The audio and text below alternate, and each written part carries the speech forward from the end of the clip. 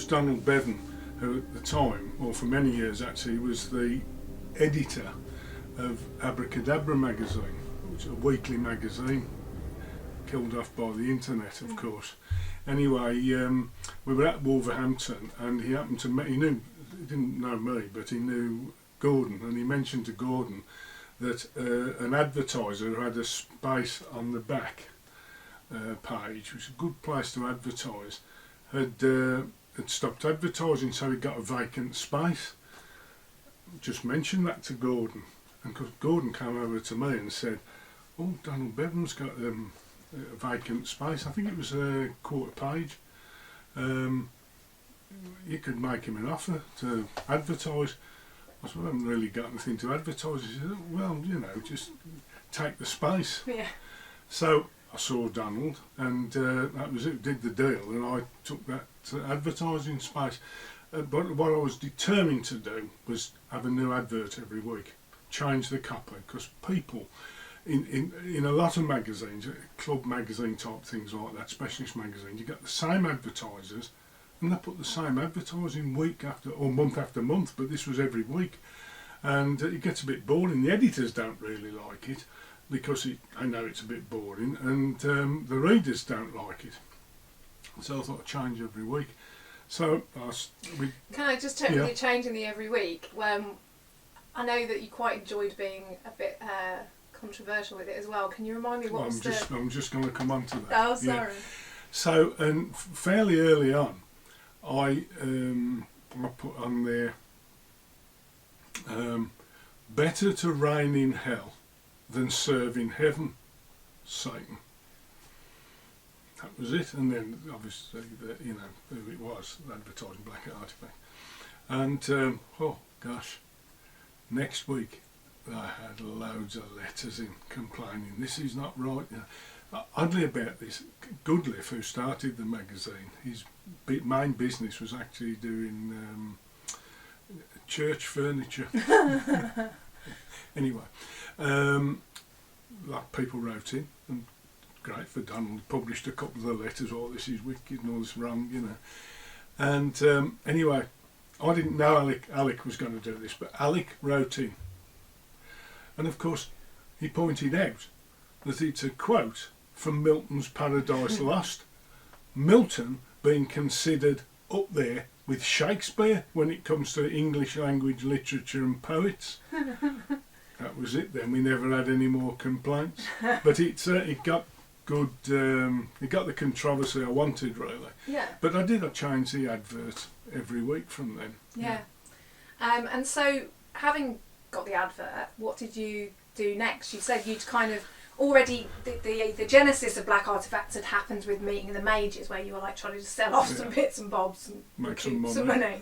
Now you've got the advert, what next? Well, I got the book, Black Book One, and a couple of the effects that I was actually doing, I put those in. And of course, in the very early days, the internet was like, it's just really hard. Well, it did exist, but it was in its infancy. Yeah, very much in its infancy.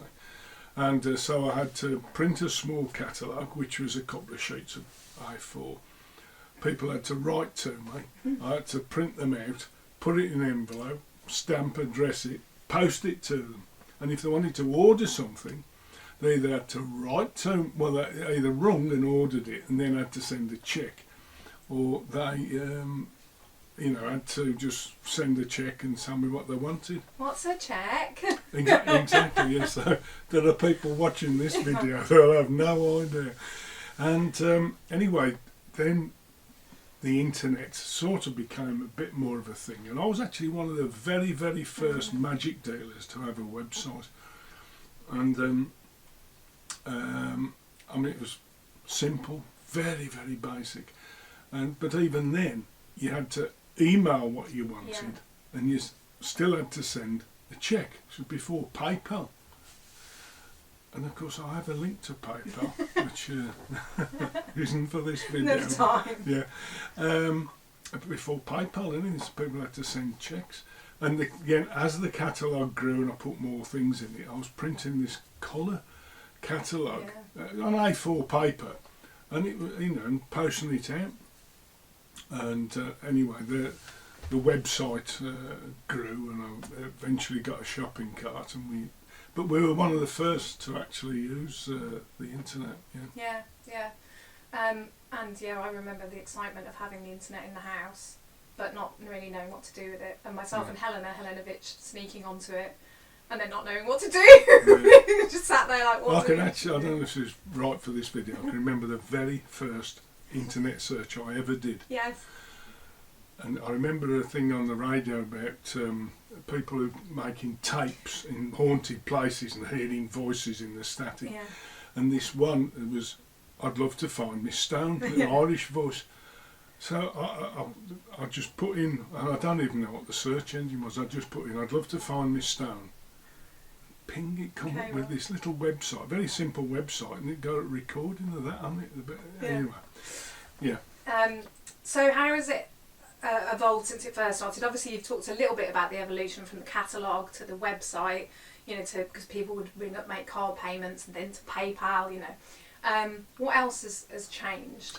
Well, obviously, over the years, the amount of stuff, the effects and the things I was selling grew and grew until it was just ridiculous to print and send out.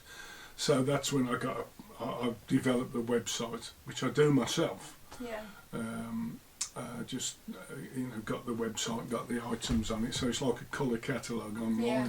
And then eventually, not that long after really, but eventually I got the shopping cart, so people would actually just send card payments, which we used to do. Well, we do card payments again now, but that made a big difference. It meant that we could display our items better, and people could sort of see what they were getting. Yeah. When you, in terms of like making your effects, how do you get inspiration? That is the $64,000 question, and that's the correct expression actually. Very good. From an American quiz show. It's really, I almost can't say. That inspiration comes in different ways. Sometimes it'll come from a prop that I find, and I think, I could do something with this, and I'll mull that idea over. Sometimes it comes from reading something. I think, that's a good story. What can I do with it? And I can have an idea, and a fortnight later, it can be in production on the website. Yeah. On the other hand, I can have an idea, and it takes 5 years to do it. Yeah. Let me think of a couple of examples. Sigil and Die. Yeah. One of my newer ones. I was reading a book called Cloven Country, which is about the devil in the British landscape, i.e. places called Devil's Dyke and Devil's Hill and things like that. And it mentioned a Sigil and Die, which is a magical amulet that was found on one of the many Devil's Dykes. Yeah. And I thought, Devil's Dyke amulet, yeah.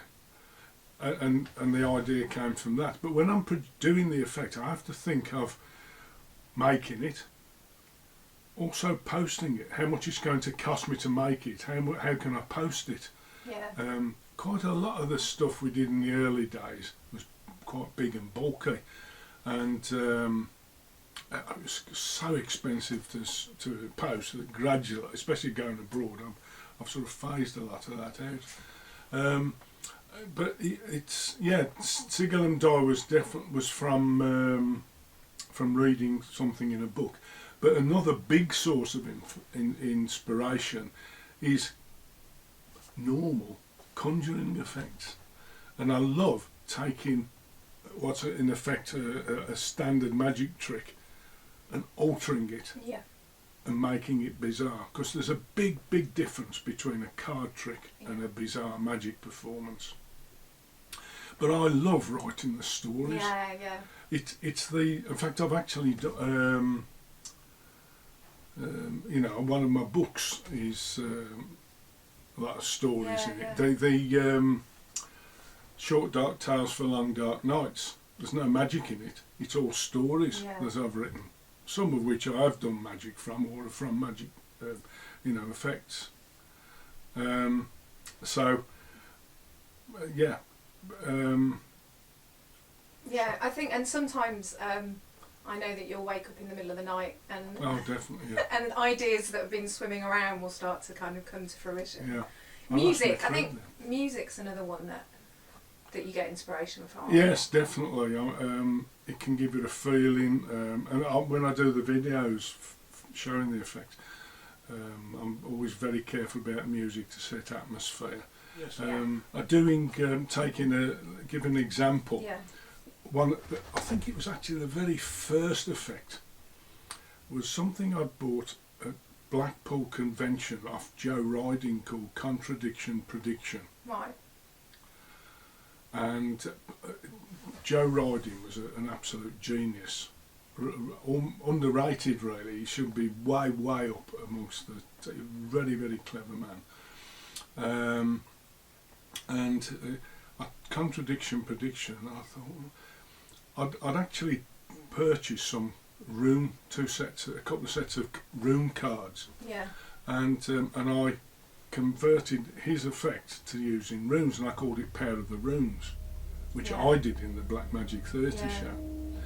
And then for Black Artefacts, I just changed it to tarot cards. Yes. Yeah. And that was one of the very first effects. I think it's probably the actual first effect I ever did as Bizarre Yeah. Magic. Yeah. And what about